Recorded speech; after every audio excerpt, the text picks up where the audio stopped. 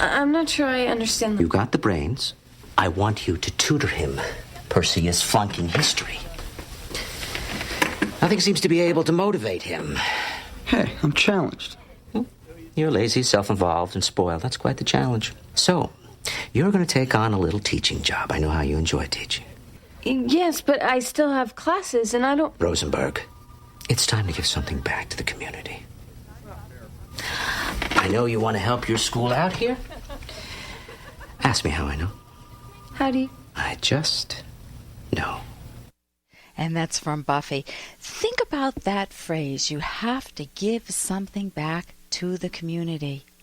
What's your gut response? I don't mean the response that you tell other people. Oh yeah, I understand, I'm just trying to give back to the community. Most people feel guilt. It's a sinking guilt because it's a guilt they don't understand. They don't know what they stole from the community. They don't know what they took from the community to give back. And if you think about it, what that's doing is engendering a feeling of unearned guilt in people. Give back to the community. Well, you get these very highly productive people who are loving their lives, and then they're told you have to give back to the community. Well, what do you mean? In this case, it's not Rosenberg. Is that her name? I have to check here. I'm not a Buffy watcher. But Rosenberg has to... She's being forced. He's trying to force her mind, and the weapon he's using is unearned guilt, that she has to give back to the community and use her wonderful teaching skills on someone who's lazy and self-involved, and that's not fair. So you need to know how to counter that. If someone says you need to give back to the community, they're assuming that you don't own your own life, that the community owns it, and you took something and therefore you have to give back. As opposed to a trader relationship, you make yourself into a lovely person. You enjoy your life. Other people make themselves into decent people.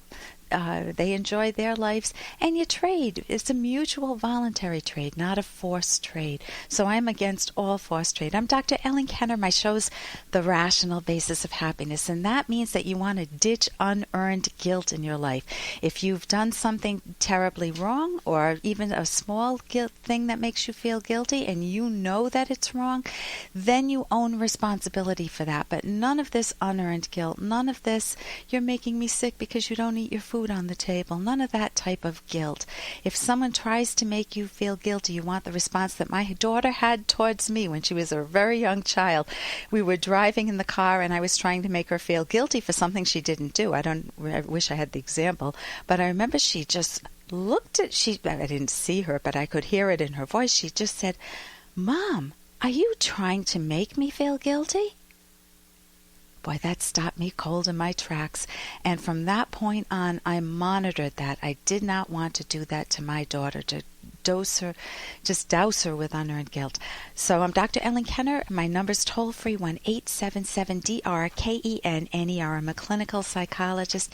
Even though it's not therapy, it's an opportunity for you to call and ask me any question that you'd want to ask a counselor or a therapist. I think we should talk about it. I don't want to talk about it. And my website's drkenner.com, drkenner.com.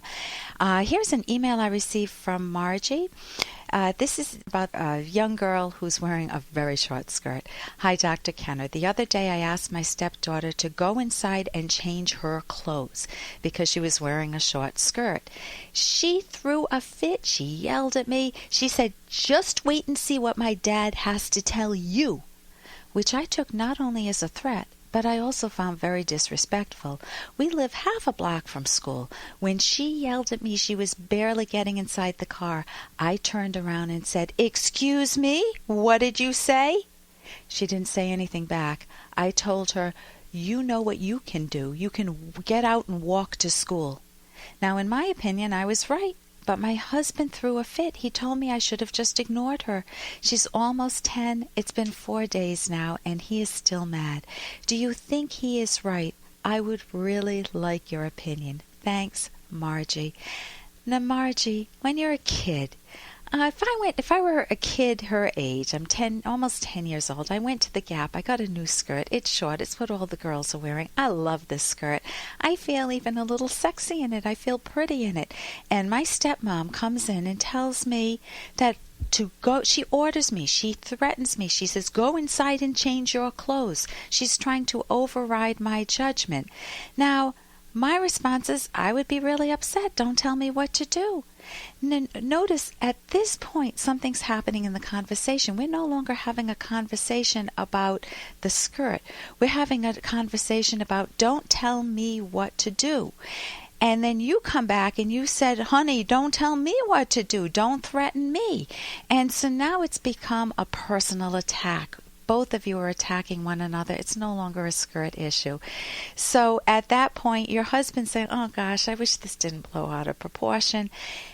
Do you have a right to speak up? Yes. How, if your goal is to reach her mind, then if you order her to change her clothes at the age that she's at when she's discovering her independence, it'll backfire the way it did. If you try to reach out differently and you say, I noticed that's a short skirt and I'll bet you love that skirt, now's not the time to wear it. Why don't you wear it when we have a we're having a party this weekend, and you can wear the skirt then. I'm concerned about you wearing it into school. She may have been more open to it, or she may have said, no, I want to wear it, and then you need to coach yourself, okay, this is an issue to bring up with her after school, not at the split second she's about to get into the car. So it's your challenge to her that starts the ball rolling. And in the traditional way of parenting, you'd say, yes, you got to set boundaries, you got to put your foot down, you've got to be firm. But in the traditional way, kids don't love their parents. So what I recommend is not being a wimp, not doing exactly what your husband says, ignore it when it really bothers you.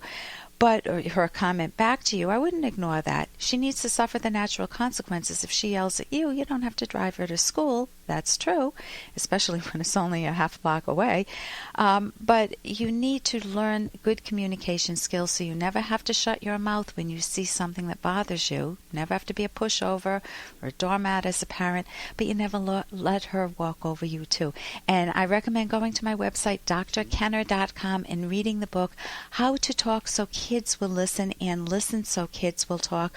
Also getting a book, Between Parent and Teenager by Dr. Chaim Ginott, Ginott. It's an older book, but it's absolutely fabulous. If she's already 10, you'll want that book moving forward. Now, I want to talk about, I mentioned earlier, how do you deal with anger? I have an email from somebody who's been in the Navy for a while. I will pick up his email on another day because we don't have time. But just how do you deal with anger? He's got this rage that he wishes he could kill. When he watches the news and he hears dictators, he wishes he could kill them. And it's a rage which is out of control, and he doesn't want to commit any other acts of violence. He's been in the military. How does he get rid of that emotion? So I will give him some advice in case he's listening. It's to get Dr. Weisinger's Anger Workout book, which gives you ways of dealing with an anger that's very acute, very sharp, and also you want to figure out a better way to channel that anger. You don't want to deaden your emotions at all. You've got this anger. You need to identify the source of the anger.